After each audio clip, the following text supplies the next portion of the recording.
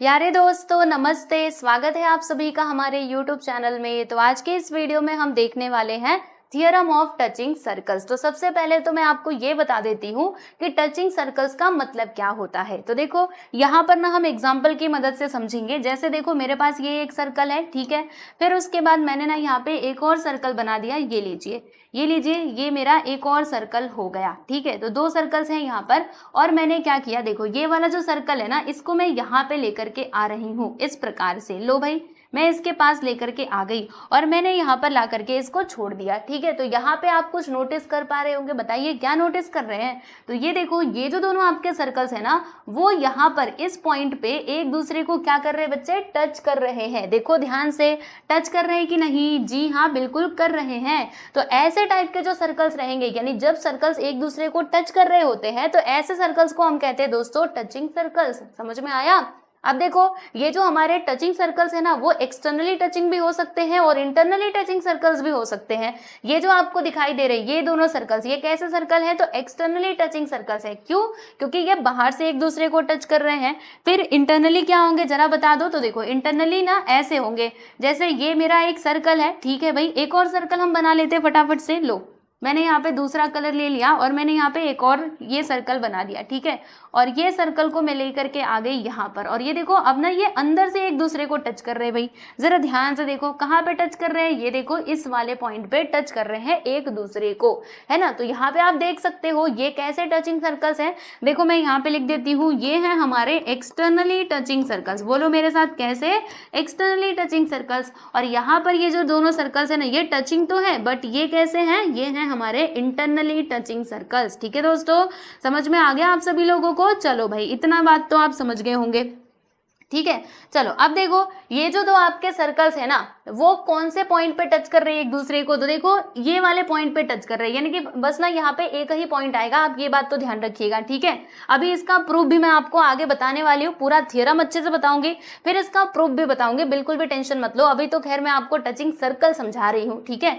तो देखो ये वाला जो पॉइंट होता है ना दोस्तों, इसको हम क्या कह सकते हैं, पॉइंट ऑफ कॉन्टेक्ट कह सकते हैं। बोलो जल्दी से, क्या कहेंगे बच्चे, पॉइंट ऑफ कॉन्टेक्ट। आपको मतलब आपको मालूम है ना पॉइंट ऑफ कांटेक्ट क्या होता है। बोलो क्या होता है। जैसे कि मान लीजिए हमारे पास एक सर्कल है, मैंने इसका टेंजेंट ड्रॉ किया, ठीक है। तो ये टेंजेंट इस सर्कल को जिस पॉइंट पे टच कर रहा होगा उसी पॉइंट को हम क्या कहते हैं दोस्तों, पॉइंट ऑफ कांटेक्ट कहते हैं, ठीक है। तो अगर मैं यहाँ पर टेंजेंट बनाऊंगी ना, आज जरा टेंजेंट में इधर बनाती हूँ। देखो तो ये जो टेंजेंट है ना, ये कॉमन टेंजेंट होगा क्योंकि ये दोनों सर्कल्स का टेंजेंट होगा बराबर। और ये वाले पॉइंट पे क्या कर रहा है, ये दोनों सर्कल्स को टच कर रहा है। यानी कहने का मतलब क्या है कि ये क्या हो जाएगा, ये हमारा पॉइंट ऑफ कांटेक्ट हो जाएगा। और कैसा पॉइंट ऑफ कांटेक्ट होगा दोस्तों, तो ये हमारा कॉमन पॉइंट ऑफ कांटेक्ट होगा, क्योंकि ये जो पॉइंट ऑफ कांटेक्ट है ये दोनों सर्कल का है, इसका भी है और इसका भी है, ठीक है। वैसे ही यहाँ पर जो आपको दिखाई दे रहा है इसे हम कहेंगे दोस्तों common point of contact. Okay, clear हुआ। चलो यहाँ तक अगर आपको समझ में आ गया है तो अब हम चलते हैं हमारे थ्योरम के ऊपर और इसको हम समझने की कोशिश करते हैं। तो देखिएगा थ्योरम ऑफ टचिंग सर्कल्स में जो हमारा थ्योरम है ना, वो हमें क्या कहता है। पहले इसका जो स्टेटमेंट है वो हम अच्छे से समझेंगे, फिर इसका जो प्रूफ है वो भी हम देखेंगे, ठीक है। तो देखिए इसमें बोला गया है कि if two circles touch each other, मान लीजिए आपके पास दो सर्कल्स हैं और वो दोनों क्या कर रहे हैं, एक दूसरे को टच कर रहे हैं, ठीक है। जैसे यहाँ पे आप देख सकते हो ये दो सर्कल्स है टच कर रहे हैं, ये दो सर्कल्स है एक दूसरे को टच कर रहे हैं, ठीक है। तो अगर ऐसा होता है तो उनका जो पॉइंट ऑफ कॉन्टेक्ट है ना, पॉइंट ऑफ कॉन्टेक्ट मीन्स देखो इसमें पॉइंट ऑफ कॉन्टेक्ट क्या है बच्चे, point C.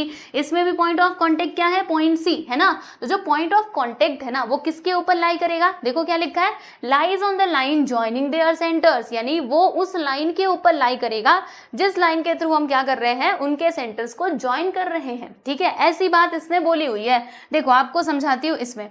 Let us suppose that ये है हमारा पॉइंट ए और ये है हमारा पॉइंट बी और ये हो गया दोस्तों पॉइंट ऑफ कांटेक्ट हमारा पॉइंट सी, ठीक है। तो उसमें क्या बोला था कि अगर दो सर्कल्स एक दूसरे को टच कर रहे होते हैं तो उनका जो पॉइंट ऑफ कांटेक्ट है ना, वो कहाँ पे लाई करता है, वो उस लाइन पे लाई करता है जिस लाइन के थ्रू हम सर्कल के सेंटर्स को ज्वाइन करते हैं। तो यहाँ पे देखो सर्कल के सेंटर्स को मैं इस प्रकार से ज्वाइन कर रही हूँ। तो बताओ ये जो पॉइंट ऑफ कांटेक्ट है वो कहाँ पे लाई करेगा, जी हाँ बिल्कुल सही, वो इसी लाइन पे लाई करेगा।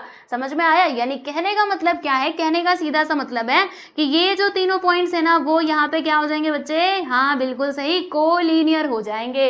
यानी ए से सी होगा, सी से बी होगा। तो जैसे इसमें हुआ वैसे इसमें भी हो जाएगा। आ जाओ देखते हैं। देखो मान लीजिए ये हमारा ए है, पॉइंट ए, और ये बी है, ठीक है, और ये हो गया हमारा common point of contact which is C, ठीक है। अब मैं क्या कर रही हूँ, मैंने ना इन दोनों को इस प्रकार से ज्वाइन कर दिया इस लाइन के थ्रू। लो भैया ज्वाइन कर दो, ठीक है। तो अब क्या होगा, ये जो पॉइंट ऑफ कांटेक्ट है ना वो किस लाइन पे लाई करेगा, तो वो उस लाइन पे लाई करेगा जिस लाइन के थ्रू हम सेंटर्स को ज्वाइन कर रहे हैं। तो देखो ये वाली लाइन है, इसको थोड़ा एक्सटेंड करके देख लो, ये देखो यहाँ पे लाई कर रहा है कि नहीं, जी हाँ कर रहा है। यानी यहाँ पर क्या होगा, ये अगेन ये तीनों पॉइंट्स कोलिनियर हो जाएंगे। यानी सी से बी होगा और बी से क्या हो जाएगा बच्चे, जी हाँ बिल्कुल सही, ए हो जाएगा। यानी कि ए बी सी या फिर सी से बी, बी से सी, मतलब ये तीनों पॉइंट्स यहाँ पे कोलिनियर हो जाएंगे, ठीक है। तो ये है दोस्तों आपका थियरम। चलो थियरम तो हमें समझ में आ गया, लेकिन इसका प्रूफ तो बताओ कि ऐसा कैसे होगा, ये तीनों पॉइंट्स कैसे कोलिनियर होंगे, ये तीनों कोलिनियर कैसे होंगे। तो हम इसी का प्रूफ यहाँ पे समझने वाले हैं। तो क्या करोगे, फर्स्ट ऑफ ऑल आप लोग ऐसे करके फिगर बना लेना प्रॉपरली अच्छे से, ठीक है। अगर आपके एग्जाम में ये आता है तो ये वाला थियरम, वैसे तो मतलब मेरा ख्याल जहां तक है, ठीक है, ज्योमेट्री में मैं आपको बताती हूँ, फर्स्ट चैप्टर के जो थियरम्स है, फर्स्ट एंड सेकंड चैप्टर के, वो बहुत ज्यादा इंपॉर्टेंट होते हैं। बाकी थर्ड चैप्टर में से ना और दूसरे थियरम्स तो इंपॉर्टेंट है, लेकिन अगर मैं इसकी बात करूँ तो ये उतना ज्यादा इंपॉर्टेंट नहीं है। लेकिन फिर भी मैं आपको सारे थियरम्स करा रही हूँ, क्योंकि हम रिस्क नहीं ले सकते, एग्जाम में कुछ भी पूछा जा सकता है ना। तो इसीलिए मैंने सोचा कि आपको ये भी करवा दिया जाए। तो आ जाइए देखते हैं। देखो पहले हम क्या करेंगे, इस प्रकार से फिगर बना लेंगे। लो भाई हमने बना लिया, दो टचिंग सर्कल्स बना लिए, और जो पॉइंट ऑफ कांटेक्ट था उसका नाम भी दे दिया है सी। यहाँ पर जो पॉइंट ऑफ कांटेक्ट था उसका नाम हमने सी दे दिया है। फिर हमने यहाँ पे टेंजेंट भी बना लिया है, आप देख सकते हो लाइन एल क्या है, दोनों में टेंजेंट है, ठीक है। देखो दोनों टाइप के फिगर के लिए हमारा जो प्रूफ है ना वो सेम ही रहने वाला है, तो कोई प्रॉब्लम वाली बात नहीं है, ठीक है। तो फर्स्ट ऑफ ऑल आप क्या लिखेंगे बच्चे, जी हाँ बिल्कुल सही, हम गिवन लिखेंगे। तो गिवन में क्या है, गिवन में तो वही दिया था कि दो टचिंग सर्कल्स हैं। तो लो भाई टचिंग सर्कल्स है ना, तो हमने बता दिया कि C is the point of contact of the two circles with centre A and B। यानी हमारे पास दो सर्कल्स हैं, है ना। कौन कौन से सर्कल्स है भाई, A और, मतलब दो सर्कल्स हैं जिनके सेंटर क्या है, A और B, ठीक है। और इनका जो पॉइंट ऑफ कॉन्टेक्ट है बच्चे, मतलब देखो यहाँ पे लिखा है ना C is the point of contact, तो C is the point of contact and यहाँ पर भी C is the point of contact, ठीक है, ऐसा है। फिर हमें क्या प्रूफ करना है, तो हमें प्रूफ करना है कि जो पॉइंट सी है ना वो कौन से लाइन के ऊपर लाई करेगा दोस्तों, तो उस लाइन के ऊपर लाई करेगा जिस लाइन के थ्रू हम सेंटर्स को ज्वाइन कर रहे हैं। तो देखो यहाँ पे सेंटर ए है, बी है, तो इस लाइन के थ्रू हम ज्वाइन कर रहे हैं, यानी कि जो सी है ना वो इस लाइन के ऊपर लाई करना चाहिए, यानी कि ए बी के ऊपर लाई करना चाहिए। यहाँ पर भी देखो हमारा लाइन क्या है, ए बी, तो पॉइंट सी कहाँ पे लाई करना चाहिए भाई, यहाँ पे करना चाहिए, है ना। तो देखो दोनों के लिए सेम होगा, point C lies on the line A B, line A B, बराबर। यानी यहाँ पे आप देखो ब्रैकेट में ये बात लिख सकते हो कि हमें ना इन तीनों पॉइंट्स को कोलिनियर प्रूव करना है। यानी कि यहाँ पर पहले वाले में A से C और C से B, दूसरे वाले में अगर आप देखोगे तो B से A और A से C, ऐसा हमें क्या करना है बच्चे, प्रूव करना है, ठीक है। समझ में आ गया, ओके। चलो अब यहाँ से जो इसका प्रूफ है ना वो शुरू हो जाएगा। तो इसका प्रूफ ज्यादा बड़ा नहीं है, लेकिन थोड़ा सा थियरी टाइप में है ना, तो आपको कंफ्यूजन हो सकता है, लेकिन हम सब कुछ समझेंगे, डोंट वरी। चलो पहले मुझे एक बात बता दो, टेंजेंट थ्योरम आपको मालूम है ना, क्या होता है टेंजेंट थ्योरम, चलो जल्दी से बोलो। मान लो हमारे पास एक सर्कल है, फिर वो सर्कल मतलब सर्कल है, उसका टेंजेंट हमने बनाया है, तो हमें मालूम है कि जो टेंजेंट है ना वो सर्कल के ऊपर क्या, सर्कल के सेंटर नहीं, रेडियस के ऊपर क्या होता है बच्चे, परपेंडिकुलर होता है एट पॉइंट ऑफ कॉन्टेक्ट, ठीक है। तो उसी थ्योरम का हम यहाँ पे यूज करने वाले हैं। आज देखते हैं। देखो पहले आप क्या करोगे, यहाँ तक तो देखो गिवन आप लिख लोगे, टू प्रूफ भी लिख लोगे, बाकी अभी ये जो आपको दिखाई दे रहा है टेंजेंट वो हम यहाँ पे ड्रॉ करेंगे, ठीक है। तो प्रूफ में आप लिख सकते हो कि let line L B the common tangent passing through C. यानी हमने ऐसा कंसिडर किया, ठीक है, यानी हमने इस प्रकार से यहाँ पे बनाया कि जो लाइन एल है ना ये क्या है, कॉमन टेंजेंट है। कॉमन टेंजेंट मतलब क्या हुआ, वो इस सर्कल का भी टेंजेंट है और वो इस सर्कल का भी टेंजेंट है। यहाँ पे देखो ये छोटे वाले सर्कल का भी टेंजेंट है और बड़े वाले सर्कल का भी टेंजेंट है, और कौन से पॉइंट पे है दोस्तों, पॉइंट सी पर है, बराबर। तो of the two touching circles, तो यहाँ तक आप लिख लोगे, है ना, कि लाइन एल क्या है, तो ये है हमारा कॉमन टेंजेंट जो पास हो रहा है पॉइंट सी से दोनों सर्कल्स में, ठीक है। समझ में आ गया? लो यहाँ तक तो हो गया। उसके बाद आपको क्या करना है, अब यहाँ पर यूज करना है दोस्तों टेंजेंट थ्योरम का। तो देखो अगर मैं आपको टेंजेंट थ्योरम बताऊं तो क्या होता है कि जो रेडियस के ऊपर हमारा टेंजेंट है ना वो परपेंडिकुलर होता है एट पॉइंट ऑफ कॉन्टेक्ट। यानी कि यहाँ पर क्या होगा, देखो ध्यान से, ये जो आपका लाइन एल है ना दोस्तों, ध्यान देना जरा, लाइन एल ये परपेंडिकुलर होगा, किसके ऊपर परपेंडिकुलर होगा, AC के ऊपर परपेंडिकुलर होगा। वाई? बिकॉज AC क्या है, AC है हमारा दोस्तों रेडियस ऑफ दिस छोटू वाला सर्कल, है ना, छोटू वाले सर्कल का ये क्या है, रेडियस है ना, इसीलिए लाइन L इसके ऊपर परपेंडिकुलर हो जाएगा। तो देखो यहाँ पे लिखा हुआ है कि line L is perpendicular to segment AC। जी हाँ, मान गए हम, ठीक है। यहाँ पर भी देख लो लाइन L जो है ये परपेंडिकुलर हो जाएगा छोटू वाले सर्कल के रेडियस के ऊपर। तो देखो यहाँ पे लिखा line L is perpendicular to segment AC। दोनों आप सर्कल्स में मतलब दोनों फिगर्स में आपने देख लिया ना, ठीक है। फिर उसके बाद समझिएगा ये जो हमारा बड़ा वाला सर्कल है इसका रेडियस क्या है बच्चे, BC। तो जो लाइन L है वो BC के ऊपर भी तो परपेंडिकुलर ही होगा, क्योंकि BC क्या है, radius of the bigger circle, और हमें मालूम है कि टेंजेंट जो है परपेंडिकुलर होता है हमारे रेडियस के ऊपर।